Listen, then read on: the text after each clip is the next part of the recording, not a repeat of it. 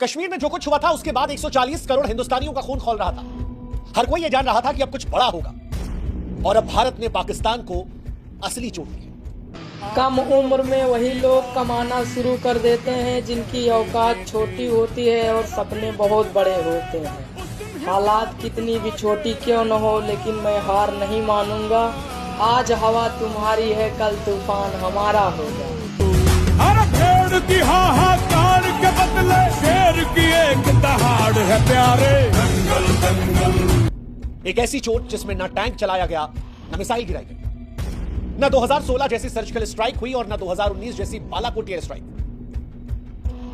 इस बार भारत ने वो युद्ध शुरू किया है जो खून तो नहीं बहाएगा, लेकिन प्यास की तड़फ से पाकिस्तान को झकझोर कर रख देगा।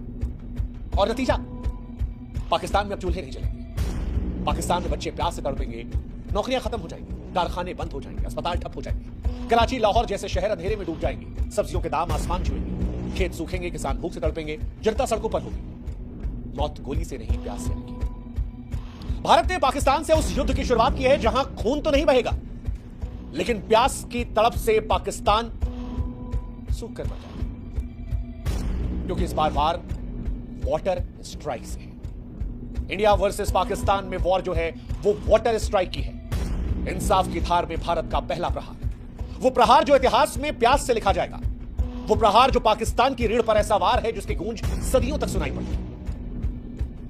पहलगाम में दरअसल जब पाकिस्तान समर्थित आतंकवादियों द्वारा हिंदुओं का नरसंहार हुआ तो यह भारत के सब्र का आखिरी बिंदु था, और इसके बाद भारत ने वो फैसला लिया, वो समझौता तोड़ दिया जिसे मानवता के लिए उसने तभी निभाया जब 1965-1971 में भारत पाकिस्तान के बीच में युद्ध हुआ, जब 1993 में पाकिस्तान ने मुंबई में हमला करवाया, जब 2001 में पाकिस्तान ने संसद में हमला करवाया, 2008 में 26/11 का नरसंहार हुआ, 2016 में उरी और 2019 में पुलवामा में हमारे जवानों पर पाकिस्तान ने हमला करवाया। उसके बावजूद भी भारत ने जिस समझौते को निभाए रखा था, इस बार भारत ने अपने सब्र के बांध को तोड़ दिया और बांध को अब रोकने का फैसला किया जो पाकिस्तान को बूंद बूंद पानी के लिए तरसा देगा, पाकिस्तान को अंधेरे में डाल देगा, पाकिस्तान की बर्बादी की तरफ सबसे बड़ा निर्णायक कदम उठा देगा। भारत ने 5 निर्णायक कदमों के जरिए पाकिस्तान को कूटनीतिक, आर्थिक और रणनीतिक मोर्चों पर घेर लिया है। 5 फैसले लिए, पंच मारा है। पहला, अटारी बॉर्डर बंद कर दिया है, जिसका मतलब है कि द्विपक्षीय व्यापार, यानी अब भारत से पाकिस्तान में कोई व्यापार नहीं, आवागमन बंद। वो जो बॉर्डर पर हिंदुस्तान पाकिस्तान करते थे वो सब खत्म। दूसरा, सिंधु जल समझौता, जिसे पाकिस्तान की जीवन रेखा कहा जाता है, उस पर प्रहार। तीसरा, भारत में पाकिस्तानी उच्चायोग को बंद कर दिया, कहा सामान पैक करो यहां से। भारत दुनिया के सामने पाकिस्तान को दिखाना चाहता है कि यह आतंकवाद समर्थित देश है, वो देश जो आतंकवाद को भारत में प्रायोजित करवाता है, और अब भारत पाकिस्तान से कोई रिश्ता नहीं रखेगा। पाकिस्तान हाई कमीशन को भारत से निकलने का आदेश जारी कर दिया गया है, कोई कूटनीतिक रिश्ता नहीं होगा। और यह बहुत बड़ा फैसला है दुनिया के लिए मैसेज देने के लिए कि पाकिस्तान आतंकवादियों को सपोर्ट करता है। पाकिस्तान के अधिकारियों को 7 दिन में दिल्ली से वापस आना पड़ेगा। पाकिस्तान के जो नागरिक हैं उन पर भी प्रतिबंध लगा दिया गया है। 48 घंटों में उन्हें भारत छोड़ने का आदेश दिया गया है। जितने वीजा थे सब कैंसिल, अब कोई पाकिस्तानी हिंदुस्तान में नहीं आएगा। लेकिन इन सब के बीच सबसे घातक रहा सिंधु जल समझौते का रद्द होना, जिसे वाटर स्ट्राइक कहा जाता है। और यह भारत और पाकिस्तान के बीच में पहले जल युद्ध की शुरुआत है। इससे पहले कि बताएं कि पाकिस्तान बर्बाद कैसे होगा, आपको समझा देते हैं कि सिंधु जल समझौता है क्या। सिंधु नदी और उसकी सहायक नदियां, जिसमें झेलम और चिनाब का नाम है, पाकिस्तान की जीवन रेखा है। ये नदियां 4 देशों से होकर गुजरती हैं और 21 करोड़ से अधिक लोगों की जल आवश्यकताओं को पूरा करती हैं। 1947 से ही इसका विवाद शुरू हुआ था, लेकिन भारत ने तब दिल बड़ा किया और पंडित नेहरू ने साल 1960 में सिंधु जल समझौता किया। वो समझौता जो पाकिस्तान के लिए बेहद फायदेमंद रहा। पाकिस्तान को सिंधु, झेलम और चिनाब नदी का 80% पानी मिला, भारत को रावी, व्यास, सतलज का पानी मिला जो टोटल पानी का 20% था। अब यह समझौता पाकिस्तान के लिए लाइफलाइन है। भारत ने, जैसा हमने कहा कि जब तमाम बार तनाव हुए तब भी इस समझौते को ब्रेक नहीं किया, क्योंकि यह समझौता पाकिस्तान को बर्बाद करने के लिए काम है। और अब जब भारत ने यह कदम उठाया है तो पाकिस्तान पर इसके विनाशकारी प्रभाव पड़ेंगे। कैसे, वो हम समझाते हैं। दरअसल पाकिस्तान की 80% सिंचाई सिंधु और इसकी सहायक नदियों पर निर्भर है। पाकिस्तान में खेती करने के लिए जो 93% पानी का उपयोग होता है वो यहीं से होता है, और बिना पानी के पाकिस्तान के जितने खेत हैं वो सब बंजर हो जाएंगे, फसलें नष्ट हो जाएंगी, किसान बर्बाद हो जाएंगे, हताशा नजर आएगी। ये पहली कहानी है। असर क्या होगा? असर यह भी होगा कि खेत खलिहानों के साथ साथ पाकिस्तान के जो बड़े शहर हैं, कराची, लाहौर, मुल्तान, इन शहरों में जल आपूर्ति इन्हीं नदियों पर निर्भर है। अब पानी की कमी होगी तो लोग एक एक गिलास साफ पानी के लिए तरसेंगे। पाकिस्तान में माएं अपने बच्चों के लिए पानी की तलाश में हैं। अस्पतालों में मरीजों का इलाज प्रभावित है। तीसरा, पाकिस्तान अंधेरे में डूब जाएगा। सिंधु बेसिन पर बने हाइड्रो पावर प्रोजेक्ट पाकिस्तान की बिजली का प्रमुख स्रोत है।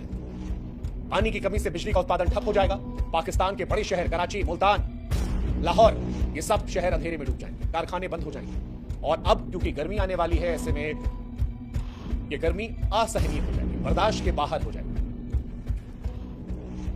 पाकिस्तान वैसे भी बिजली संकट का बहुत सामना करता है। बीते साल भी आए दिन पाकिस्तान में ब्लैकआउट हुआ था।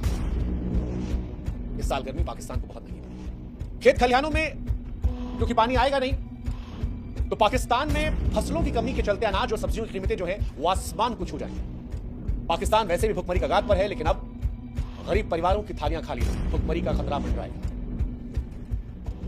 अब क्योंकि कृषि और बिजली क्षेत्र ठप रहेगा तो पाकिस्तान की अर्थव्यवस्था चरमरा जाएगी। निवेशक भाग जाएंगे, बाजारों में अस्थिरता रहेगी। इसके साथ ही पाकिस्तान में जनसंख्या विस्थापन होगा, क्योंकि जहां जहां ये समस्याएं बढ़ेंगी वहां से आबादी कहीं और जाएगी, और जहां पर जाएगी वहां का सारा सिस्टम डैमेज हो जाएगा।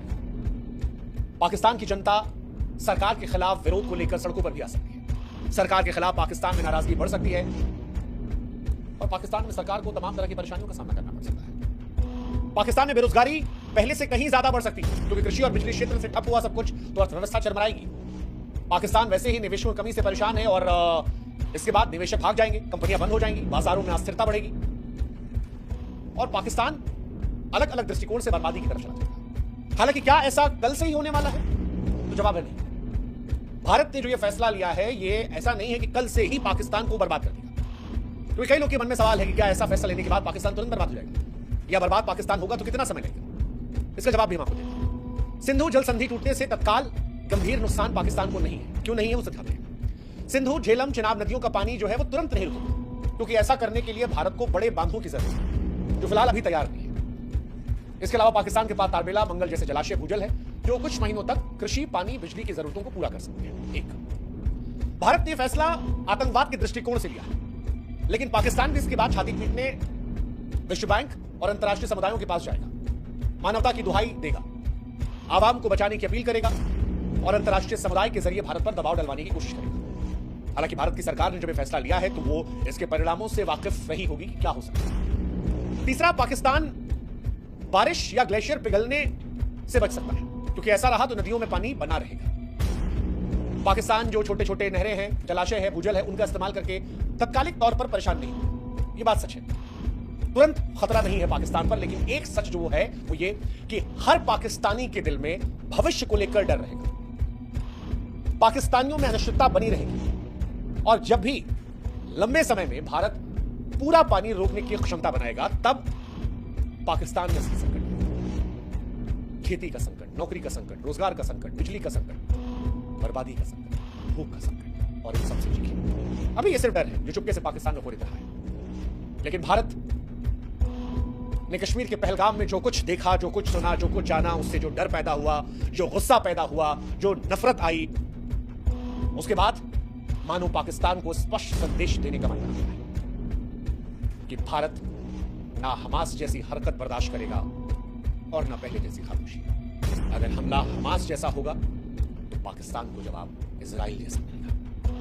और इसीलिए हम कह रहे हैं कि चाहे एयर स्ट्राइक हो या सर्जिकल स्ट्राइक, उससे कहीं ज्यादा भारी ये वाटर स्ट्राइक होगी, क्योंकि ये वाटर स्ट्राइक न केवल पाकिस्तान को झकझोरेगी बल्कि विश्व को भारत की दृढ़ता का संदेश देगी, और भविष्य में सुनिश्चित करेगी कि पाकिस्तान ऐसी कोई हिमाकत करने के पहले 10,000 मरतबा सोचे, अपनी आवाम को लेकर सोचे कि क्या वो अपनी आवाम को यूं मरने के लिए छोड़ देगा। इंसानियत के दृष्टिकोण से भारत ने उठाए कदम शायद बहुत कठोर है, लेकिन वो जो एक मशहूर शेर है कि मुख्तसर सा गुरूर भी जरूरी है जिंदगी में जीने के लिए, ज्यादा झुककर मिलो दुनिया पीठ को पायदान समझ लेती है। पाकिस्तान ने भारत की इंसानियत का बड़ा गलत इस्तेमाल किया है, और अब भारत के लिए यह बताना जरूरी है कि हो अगर जिंदा तो जिंदा नजर आना चाहिए। यह संदेश है तमाम लोगों के लिए जो भारत की संवेदनशीलता का नाजायज फायदा उठाते हैं। उम्मीद करते हैं कि इस बार प्रहार इतना घातक होगा कि भविष्य में कोई भी देश हिमाकत करने के पहले 1000 मरतबा सोचेगा। ये शायद उन लोगों को भी सच्ची श्रद्धांजलि होगी जो कश्मीर को जन्नत समझ के वहां पर लुत्फ उठाने गए थे। वो लोग जो अपने हनीमून पर गए थे, या वो जो कहीं नौकरी करने के बाद जब पैसे बचाकर जिंदगी की थोड़ी खुशियां ढूंढने गए थे और उन्हें बेरहम मौत दे दी गई।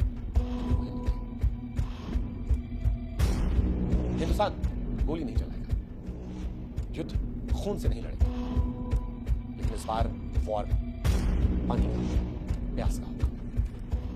और पाकिस्तान इस बार प्यास की तरफ से जीत जाएगा।